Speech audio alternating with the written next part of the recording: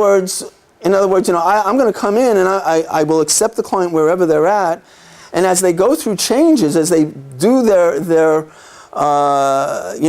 habitual problematic behavior less, I'm going to acknowledge that. I'm going to say, wow, I remember the days when you used to do this behavior all the time. You used to get into fights, you used to get in restriction all the time, you used to be in timeout every other day.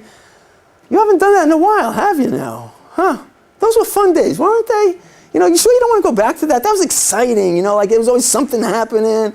I don't know, that's not happening anymore. I like seeing, you don't have to change if you don't want to, but like at least the old days, what I'm doing is I'm letting the client know that I haven't made that choice. You've made a choice to do that behavior less. But how do you then avoid coming across as sort of sarcastic or that paradoxical approach impacting the attachment?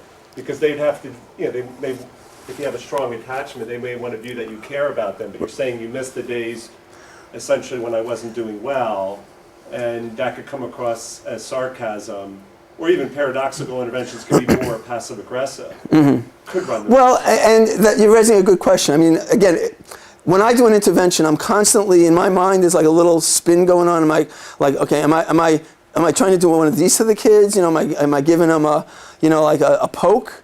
Or is my intent to simply say, you know what, I remember the days when we were first together that it was like in a certain way, and now these days are different. So if you get a sense, my intent is not to be sarcastic, because once you're sarcastic, now you're cutting the alliance, right? The alliance it can never be sarcastic. So my focus is always on what can I say now that will show this child that I'm a witness to their history, and that I'm a witness to what they're doing now, and where do we go from here? Okay? So my intent is always to get across to the client that I know you, that I'm trying to be connected to you, and that I want the best for you. So that's my intent in my mind. So if there's a part of it, because sometimes you work with a certain kid, and we get angry at the kids, and I'm very aware that if I'm going to say something that's going to be, because of my stuff, that I'm feeling frustrated with this kid, and I'm going to give him a little, oh yeah, you used to do that all the time, and I kind of learned to impulse control for myself, where this is not going to be helpful for this child, for me to be sarcastic. Yeah. And I think we saw it in that video. I mean, they had to call you an effing faggot 12 times, and you stayed visually relaxed, connected with them, just non-reactive, and then on the 13th time, you pointed out, hey, good job, Juju, right? Right. So you're being inappropriate. It wasn't about some tension coming from you. They read that. Yeah. And actually, even when it was happening, in my mind, I'm going, wow, this is interesting. They really want me to react, but my focus was just like, what do you guys always do? This is what you always do. And then I ended up arguing with them. This is what you always do. I'm not making this up, and I'm not. This is what you do. And they can't argue with me, right? So the complaint that I have with the boys is that they've not done their usual quota of behavior, okay? And as I said before, the conventional wisdom would be to say, hey, great job, good going. But the point is they're not accustomed to praise from adults. And as I mentioned before, to praise them at this point would actually be to cut the connection. Is there a point where you would want them to be more comfortable with the positive stuff? That might be down the line. I mean, generally, when I do compliment, what I'll do is like, my compliments don't come out as, wow, great job, because generally they're just not accustomed to that. A compliment from me is, wow, you used to do a certain behavior, but I noticed that you haven't done that anymore, and you're not getting restricted anymore. You're having privileges, you're going to the movies. Wow, hey, how do you like that? Is that better for you? So I'm acknowledging to the client that you have changed, but I haven't phrased it that, oh, my concern is that when you say, good job, you're doing a great job, that the kid is going to hear, oh, this is what you want me to do. I got it now. Right. Now I'm going to do what I want to do. Okay? The phrase can be taken to behavior back. Right. You're provoking consideration into that change that they made.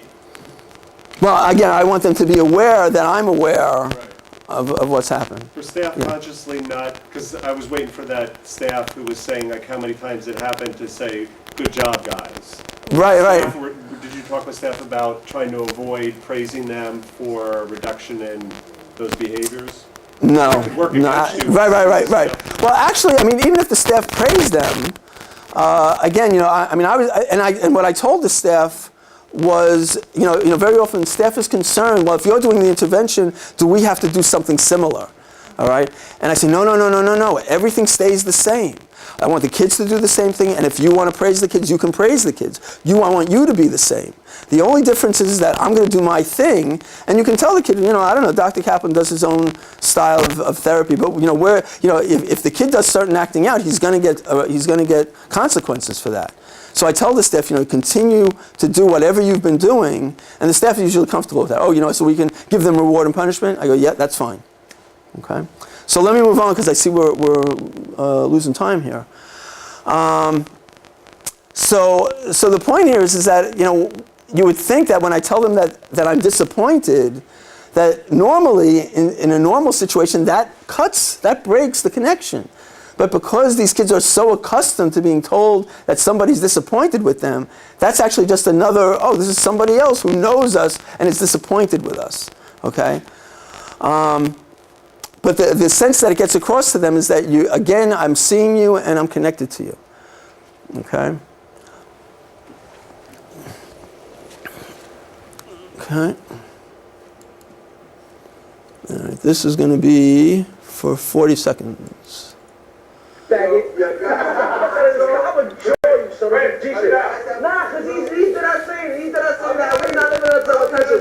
We're supposed to do that, we're supposed to butt slap. We're supposed to sex noises. This is not, what kind of gay shit is that? Normally do. Do you have serious? I didn't make this up. I'm not making this up. This is the cottage. This is what you guys do in the cottage. All I'm asking is not every cottage, right? You're not here 100% of the time. So basically, you saying that everybody doing it, so you stereotyping right now. I'm saying this is a general because the cottage sucks. I'm just saying. Okay.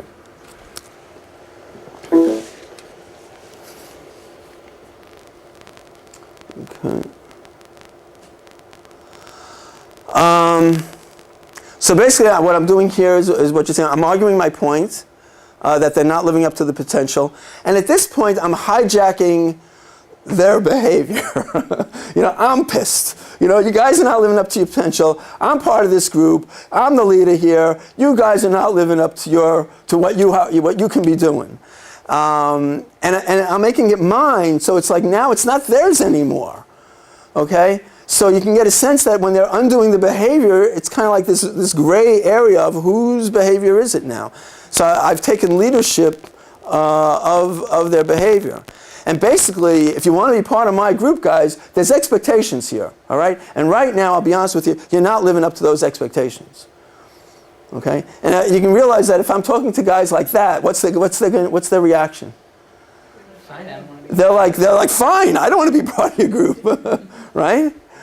Okay? Okay, so he's complaining that we're not living up to All right, I think we're on the next one. There was also, Yeah. I heard in the background, one of the kids said, it's not everybody. What do you make of that? The truth is it may not be everybody. And the truth is it's not everybody, but my target group, it's everybody, okay? And again, it's kind of look at each kid as their own orbit in a way. You know, I'm trying to get the kids that are the problematic kids to shift. That's my focus. Yeah. So although I've included the entire cottage, the focus of the intervention is just on the kids that are the problem. Yeah. And when that other kid's trying to distance himself from it, that's not a bad thing, because... Right. And actually, I'm kind of making an example of him. You know, he's distancing himself. He's not participating, right? You know, again, I'm complaining again. You're not here 100% of the time. So basically, you saying that everybody doing it, so you stereotyping right now. I'm saying that this is a general because the cottage does.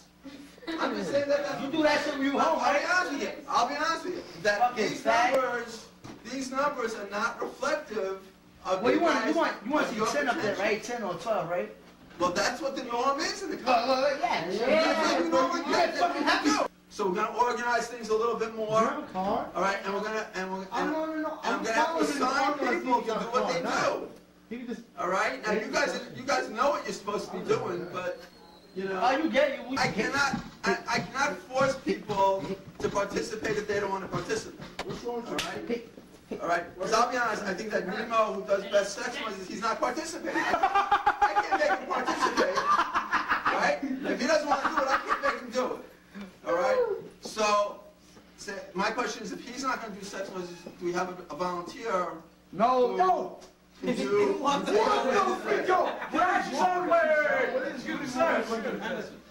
I know you guys have the potential, and you're not. And you like little, Sam, you like little boys, you like little boys. Are you trying to help us or are you trying to just keep doing it? What the fuck are you doing? I'm trying to organize this so that we have a baseline of behavior, okay? And then we can look if the behavior is going to go up. He's trying to say y'all gay. He's trying to say you're gay.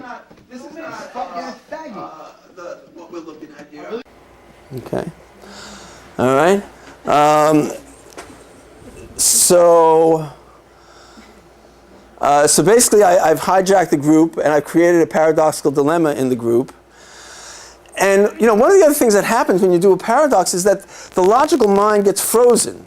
You know, it's like, you know, what's going on here? You know, it's like, you know, there's a tendency that we all want to try to figure out what's happening. All right.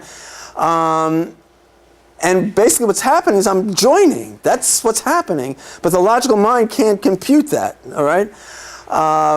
So it's kind of absurd what I'm telling them. There's an absurdity of what's happening. And, you know, and actually the part where I'm trying to convince Nemo to make sex noises, you know, and like, you know, and well, he's not going to make the sex noises, well, maybe we have a volunteer. I mean, that's like totally absurd, you know, like what are you talking about? You know, what is that about? Okay. So basically the boys are faced with a win-win double bind, right? What's the win-win double bind? In order to escape my group, because now it's my group, now it's mine guys, okay? If you're going to be in my group, if you're going to escape, then you got to stop the old behavior, right?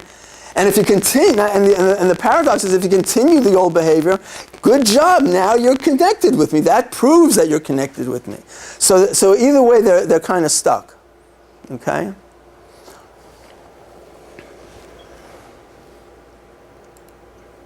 Okay, and this is for about a minute. So you're an expert at being inappropriate. Yo, what are you, a psychologist? You're an expert Or are at you being a an teenage person. homosexual psychologist? To keep doing little teenage kids homosexual. Take that shit to the village, man. Not playing with that. All right. So guys, so what I want you to do, you see, Juju's doing a very good job now. All right? And if you guys would participate as much as he was, then we would be moving along in this project. See, Juju's participating. You're doing this fucking project by yourself. And you guys are just sitting there. All right? Seen this nigga Come out, on. dude. Juju's Mr. participating. Calvin, you're on the car. Juju's participating in the car. All right? And you guys can do the same. All right? So, Juju, I want to thank you. All right? And I want you to keep up the job during the week. You a mafia, they turn the key in the ignition, boom. All right? All right? So I'm going to be back next week. It might not be on Tuesday. It might be Wednesday, Thursday. All right? But, you know, with Juju's help and with other guys who are going to, like, you know, kind of rile you guys up, we're going to get back on track with this. All right? Yo, you would get shot in the street. I can't. Okay, so what we've seen, okay, is that Juju he's making an interesting, an inappropriate comment, but I turn it around. I compliment him on his participation. Okay, and as you can imagine, the last thing Juju wants to be seen is cooperating with me. Okay, so basically he has to restrain himself from making further comments. All right, so this is the last video.